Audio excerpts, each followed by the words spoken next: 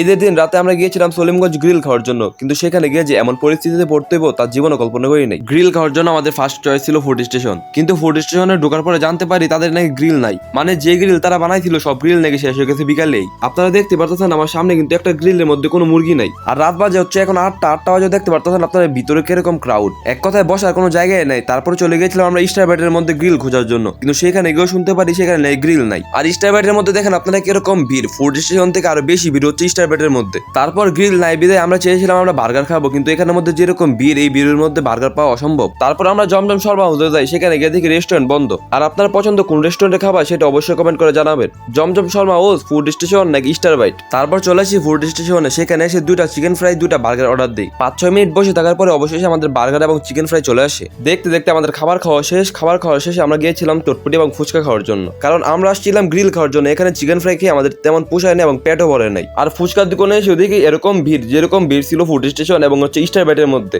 আর এখানেও আমরা আধা ঘন্টা ওয়েট করার পরে পেয়ে যাই ফুচকা। আমাদের প্ল্যান ছিল চটপটি খাবো, কিন্তু এখানে হচ্ছে বুট কম থাকে, আমাদেরকে ফুচকা দিয়ে। আরো কয়েক জায়গায় গিয়েছিলাম আমরা, যে ভিডিওগুলো আস্তে আস্তে পার্ট হিসেবে আসবে। আমরা গিয়েছিলাম সলিমগঞ্জ বিখ্যাত চা খাওয়ার জন্য, সেই ভিডিওগুলো আস্তে আস্তে নিয়ে আসবো আপনাদের সামনে।